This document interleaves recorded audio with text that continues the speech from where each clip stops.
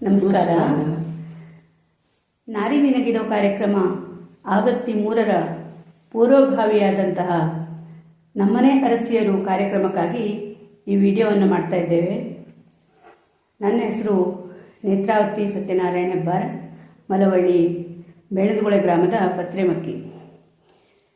1982 August 1ರಂದು Ramachandra Bhat ಹಾಗೂ ಕುಸುಮಾಕ್ಷಿ ದಂಪತಿಗಳ ಮಗಳಾಗಿ ನನ್ನ ಜನನ. 1999 ಏಪ್ರಿಲ್ 25ರಂದು ಮದುವೆಯಾಗಿ ರಾಮಚಂದ್ರ ಹೆಬ್ಬಾರ್ ಹಾಗೂ ನಾಗವೇಣಿ ದಂಪತಿಗಳ ಸೊಸೆಯಾಗಿ ಈ ಮನೆಗೆ ಬಂದು 25 ವರ್ಷ ಕಳೆದಿದೆ. ಇವರು ನಮ್ಮ ಅತ್ತೆ ನಾಗವೇಣಿ ರಾಮಚಂದ್ರ ಹೆಬ್ಬಾರ್ ಅಂತ. ಇವರು ಹುಟ್ಟಿದ್ದು 1952ರಲ್ಲಿ ಗೋವಿಂದ ಹೆಗಡೆ ಹಾಗೂ ವೆಂಕಿ ದಂಪತಿಗಳ ಮಗಳಾಗಿ ಸಿದ್ದಾಪುರ ತಾಲೂಕಿನ ಕಂಚಿಕೈ ಗ್ರಾಮದಲ್ಲಿ ಇವರ ಜನನ ಆಯಿತು. 1970ನೇ ಇಸ್ವಿಯಲ್ಲಿ ಮದುವೆಯಾಗಿ ಈ ಮನೆಗೆ ಸೊಸೆಯಾಗಿ ಬಂದು 55 ವರ್ಷ ಕಳೆದಿದೆ.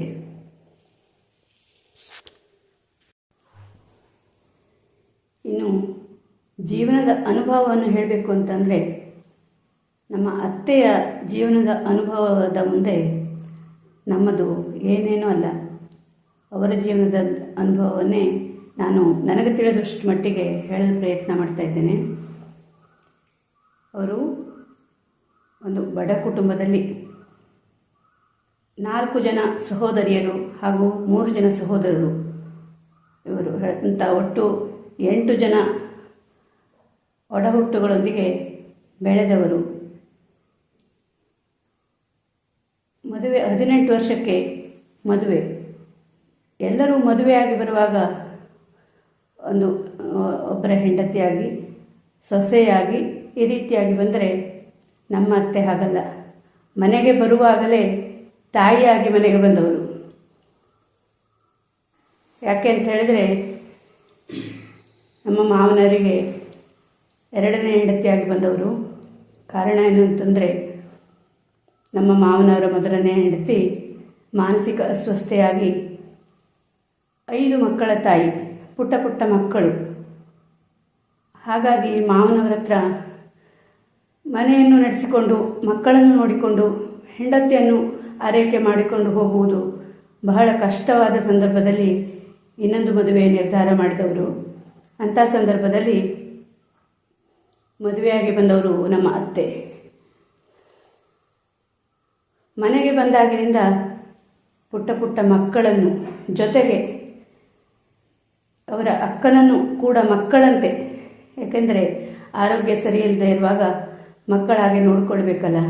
ಹಾಗಾಗಿ ಒಟ್ಟು 6 ಮಂದಿ ಮಕ್ಕಳು ಅಂತ ಹೇಳ್ಬೋದು. ಆ ರೀತಿಯಾಗಿ ಅವರೆಲ್ಲರನ್ನು ಪೋಷಣೆ ಮಾಡ್ತಾ ಮನೆಯನ್ನು ನಡೆಸ್ಕೊಳ್ತಾ, ಮತ್ತು ಬಡತನದ ಪರಿಸ್ಥಿತಿ, ಎಲ್ಲ ಕೆಲಸವನ್ನು ನಿಭಾಯಿಸ್ತಾ, ಮನೆ ಒಳಗೆ ಮನೆ ಹೊರಗಡೆ ಎಲ್ಲ ಕೆಲಸವನ್ನು ನಿಭಾಯಿಸ್ತಾ ಮನೆಗೆ ಬಂದಾಗಿಂದ ಜವಾಬ್ದಾರಿಯನ್ನು ಹೊತ್ತು ಜೀವನದ ತೇರನ್ನು ಎಳೆದುಕೊಂಡು ಮಾವನವರ ಜೊತೆ ಸಾಗಿದಂಥವರು ನಮ್ಮ ಅತ್ತೆ. ನಂತರ ಒಂದು 4 ವರ್ಷ ಕಳೆದ ನಂತರ ಅವರಿಗೂ ಒಬ್ಬರು ಮಗ. ಹೀಗೆ ಅವರ ಮಗಂತೆ ಉಳಿದ ಎಲ್ಲ ಮಕ್ಕಳನ್ನು ಒಂದೇ ರೀತಿಯಾಗಿ ನೋಡಿಕೊಂಡು ಬಂದವರು. ಮತ್ತು ಆಗಿನ ಕಾಲದಲ್ಲಿ ತುಂಬ ಬಡತನ, ಎಲ್ಲ ಕೆಲಸವನ್ನು ಮಾಡಲೇಬೇಕು.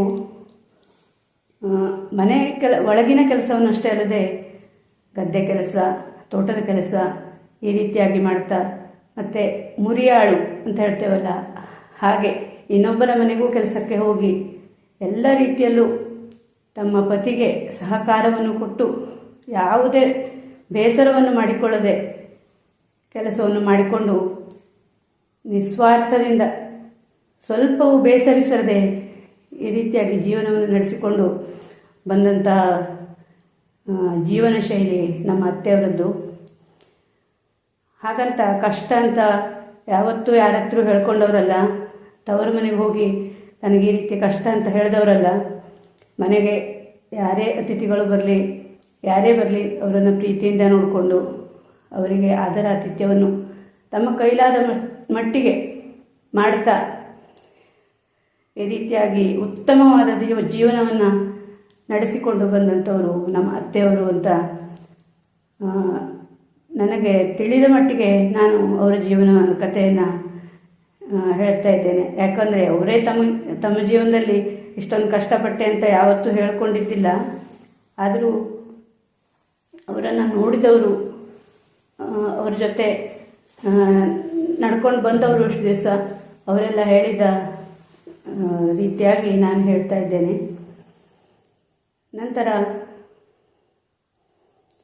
ನಾನು ಮದುವೆಯಾಗಿ ಬಂದದ್ದು ನನ್ನ 17ನೇ ವಯಸ್ಸಿನಲ್ಲಿ. ನಾನು, ನನ್ನ ತಮ್ಮ, ನಾವಿಬ್ಬರೇ, ಮತ್ತು ಹೆಚ್ಚಿಗೆ ಜನ ಮಕ್ಕಳೊಂದಿಗೆ ಬೆಳೆದವನಲ್ಲ ನಾನು. ಮತ್ತು ಜೀವನದ ಕಷ್ಟಗಳನ್ನು ಏನನ್ನೂ ನೋಡಿದವ ಅಲ್ಲ. ಆ ರೀತಿಯಲ್ಲಿ ಚಿಕ್ಕ ವಯಸ್ಸಿನಲ್ಲಿ ಮದುವೆಯಾಗಿ ಬಂದಂತಹ ಸಂದರ್ಭ.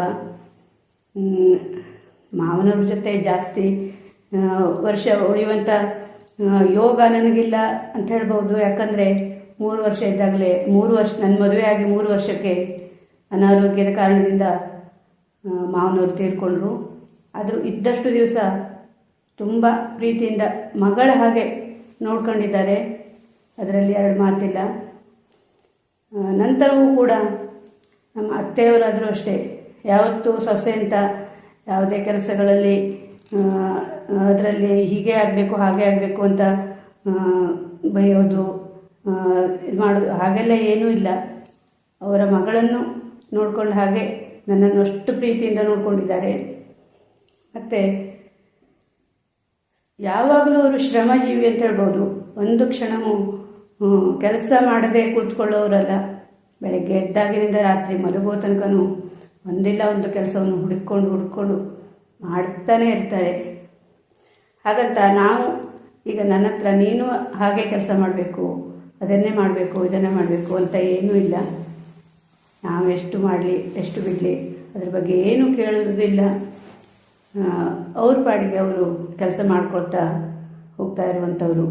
ಮನೆಯ ಜವಾಬ್ದಾರಿ ಬಹಳ, ಯಾವಾಗಲೂ ಮನೆಯ ಬಗ್ಗೆ ಚಿಂತೆ, ಮನೆಯದೇ ಯೋಚನೆ. ನಾನು ನೆಂಟರ ಮನೆಗೆ ಹೋಗಬೇಕು, ಕಾರ್ಯಕ್ರಮಕ್ಕೆ ಹೋಗಬೇಕು, ಹೊರಗಡೆ ಹೋಗಬೇಕು, ಆ ಥರ ಯಾವುದೇ ಆಸೆಯನ್ನು ಇಟ್ಕೊಂಡವರಲ್ಲ. ತಾವಾಯಿತು ತಮ್ಮ ಮನೆ ಆಯಿತು, ಈ ರೀತಿಯಾಗಿ ನಡ್ಕೊಂಡು ಬಂದಂಥವರು. ಮತ್ತು ನಾನು ಹೊಲಿಗೆಯನ್ನು ಕಲಿತವಾಗಿದ್ದರಿಂದ ನಾನು ಹೊಲಿಗೆಯನ್ನು ಮಾಡ್ತಾ ಇರುವುದು ಹೆಚ್ಚಿನ ಸಮಯ.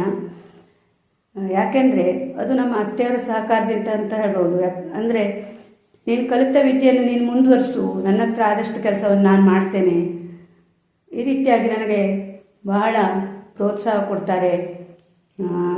ಮತ್ತು ನನ್ನ ಕೆಲಸದಲ್ಲಿ ತುಂಬ ಕೆಲಸವನ್ನು ಅವರೇ ವಹಿಸ್ಕೊಂಡು ಅವರೇ ಮಾಡ್ತಾರೆ. ಹಾಗಾಗಿ ಬೇರೆ ಕೆಲಸವನ್ನು ನಾನು ಕಡಿಮೆ ಮಾಡಿಕೊಂಡು ಈ ಹೊಲಿಗೆಯನ್ನು ಜಾಸ್ತಿ ಮಾಡೋದಕ್ಕೆ, ನನ್ನ ಕೆಲಸದಲ್ಲಿ ನಾನು ಮುಂದುವರಿಯೋದಕ್ಕೆ ಬಹಳ ನನಗೆ ಪ್ರೋತ್ಸಾಹ ನೀಡ್ತಾರೆ. ಹಾಗೆ ಯಾವುದೇ ವಿಷಯದಲ್ಲೂ ಇರ್ಬೋದು, ಯಾವುದೇ ಆರೋಗ್ಯ ಸಂಬಂಧಿ ಇದ್ದರೂ ನಾನು ಮತ್ತು ನಮ್ಮ ಅತ್ತೆ ಎಲ್ಲ ವಿಷಯವನ್ನು ಹಂಚ್ಕೊಳ್ತೇವೆ. ಅತ್ತೆನೋ ಹಾಗೆ ಬಿಗುಮಾನ ಬಿಂಕ ಆ ಥರ ಏನೂ ಇಲ್ಲ. ತಾಯಿಯ ಹಾಗೆ ಯಾವುದೇ ಹೇಳ್ಕೊಳ್ಳಿಕ್ಕೆ ನನಗೂ ಯಾವುದೇ ಒಂದು ಮುಜುಗರ ಆಗುವಂಥ ಪರಿಸ್ಥಿತಿಯನ್ನು ಅವರು ನನಗೆ ಕೊಡಲೇ ಇಲ್ಲ. ನಾನು ಆ ರೀತಿ ಇಟ್ಕೊಳ್ಳಲಿಲ್ಲ. ಹೀಗೆ ನಡ್ಕೊಂಡು ಬರ್ತಾಯಿದೆ. ನನ್ನ ಆಸೆ ಏನು ಅಂತಂದರೆ, ನಮ್ಮ ಹತ್ರ ಅವರನ್ನು ಕೂರಿಸ್ಕೊಂಡು ಅವ್ರ ಸೇವೆಯನ್ನು ಮಾಡಲಿಕ್ಕೆ ಆಗ್ತದೆಯೋ ಇಲ್ವೋ ಗೊತ್ತಿಲ್ಲ. ಆದರೆ ಅವರ ಮನಸ್ಸಿಗೆ ಬೇಜಾರಾಗದೇ ಇರೋ ರೀತಿಯಲ್ಲಿ ಕೊನೆಯವರೆಗೂ ನನ್ನ ಹತ್ರ ಸಾಧ್ಯ ಆದಷ್ಟು ರೀತಿಯಲ್ಲಿ ಯಾವುದೇ ರೀತಿ ಬೇಜಾರಾಗದೇ ಇರೋ ಹಾಗೆ ಅವರನ್ನು ನೋಡ್ಕೊಂಡು ಹೋಗಬೇಕು ಅನ್ನೋದು ನನಗೆ ಭಾಳ ಆಸೆ ಉಂಟು.